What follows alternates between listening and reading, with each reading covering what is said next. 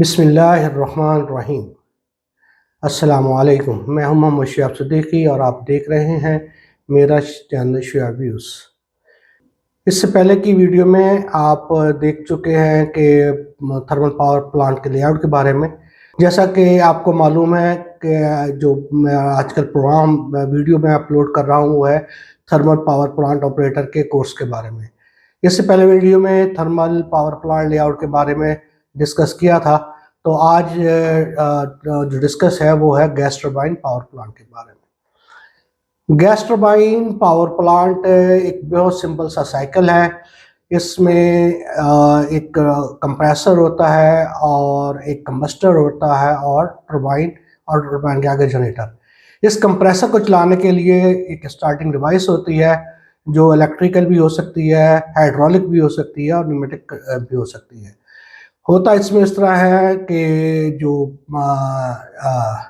अच्छा, इसमें पहले हम जिक्र कर लेते हैं इसमें फ्यूल इसमें जो इस्तेमाल होता है वो ऑयल है और गैस है।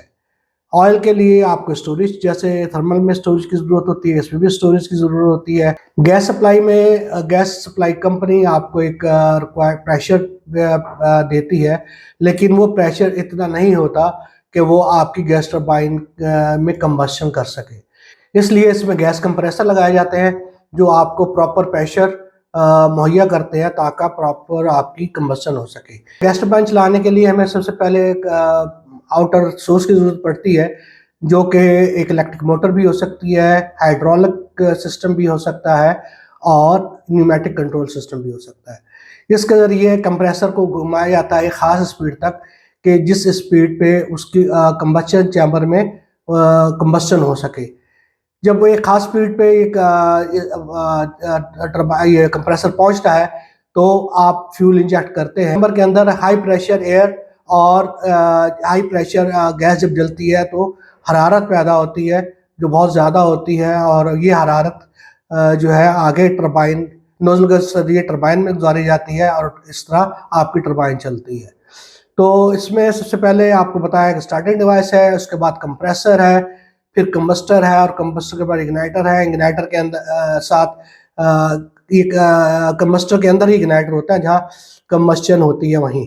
और इसके बाद गैस टरबाइन है और गैस टरबाइन के बाद इसका एग्जॉस्ट है या फिर कंबाइन साइकिल के लिए HRSG लगा दिया जाता है। एक बहुत सिंपल साइकिल है।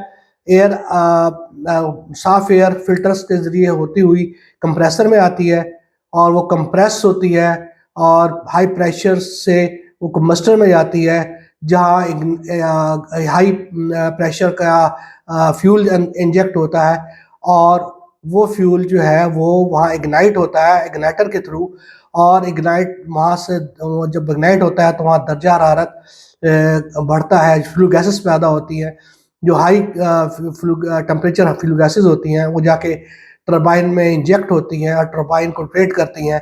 टरबाइन से आगे जनरेटर लगा होता है और जो इस तरह बिजली पैदा करता है। एक बिल्कुल सिंपल साइकिल है। अगर हम इसमें ये देखें कि गैस टरबाइन की इफादियत के बारे में अगर हम जानना चाहें तो गैस टरबाइन की इफादियत ये है कि ये मिनटों के अंदर अपना फुल लोड पे आ जाती है। एक छोटा कम्पैक्ट यूनिट होता है, इसके लिए बहुत बड़ी कोई बिल्डिंग नहीं बनानी पड़ती, बहुत ज़्यादा जो है आपको रिजल्टिंग की ज़रूरत पड़ती, एक सिंपल यूनिट होता है। और गैस टरबाइन जैसा कि मैंने बताया कि मिनटों में फुल लोड पे आ जाती है। और थर्मल जबकि जो अगर कोल्ड स्टार्ट हो तो ये 8-8 10-10 घंटे भी ले जाता है और हॉट स्टार्ट में तो आधे घंटे से 1.5 घंटा मिनिमम ले जाता है। तो इसलिए गैस टरबाइन को प्रेफर किया जाता है। गैस टरबाइन का ड्रॉबैक ये है, सिंपल गैस टरबाइन का ड्रॉबैक की बात करूंगा। सिंपल गैस टरबाइन का ड्रॉबैक ये है कि हवा में हीट बहुत ज़्यादा हो जाती है, हमारी हरारती तवानाई बहुत ज़्यादा जो है वो ज़ाया हो जाती है। इसका हल ये निकाला गया है कि इसके आगे HRSG यानी कि बॉयलर, एक किस्म बॉयलर होता है, हीट रिकवरी स्टीम जनरेटर कहलाता है, ये लगा दिया जाता है जो बॉयलर की तरह काम करता है और इसमें स्टीम बनती है जो आगे आगे स्टीम टरबाइन चलाती है और बाकी सर्कल में ऐसे थर्मल का आपको बताया, फिर आगे वही थर्मल वाला सर्कल चलता है। इसमें जो कंबाइन साइकिल है, कंबाइन साइकिल के HRSG जो मेन आपका कंपोनेंट है, वो HRSG में इस तरह है कि एक तरफ से पानी दाखिल होता है और एक तरफ से गैस दाखिल होती है। गैस टरबाइन से जो गैस निकल रही है वो दाखिल होती है HRSG के एंटर्स एक एंड से और पानी दूसरे एंड से। और जिस हाई टेम्परेचर वाली गैस जब वो आगे ट्यूबों के बंडल होते हैं, जब हाई टेम्परेचर वाली गैस ट्यूबों के बंडल से टकराती है जिसमें स्टीम पैदा होती है और स्टीम जो है वो एक ऊपर हाई प्रेशर ड्रम है उसमें चली जाती है। वहाँ से जो बाकी हाई प्रेशर टरबाइन जो स्टीम है वो हाई प्रेशर टरबाइन को जाके चलाती है और बाकी चैचुरेटेड स्टीम जो है वो आगे ट्रेवल हो जाती है। वो आके आके आपके लो प्रेशर जो हिस्से हैं HRSG के वहाँ आती है। वहाँ लो टेम्परेचर की फ्लू गैसेस ही आती है। वहाँ पानी एवोपरेट होता है पानी और उसमें नीचे एवोपरेटर में कोई पानी जमा हो जाता है और जो बाकी स्टीम है LP की स्टीम वो ऊपर LP ड्रम में जमा होती है, वो LP टरबाइन को जाके चला जाती है। ये इसका सिंपल सा साइकिल है।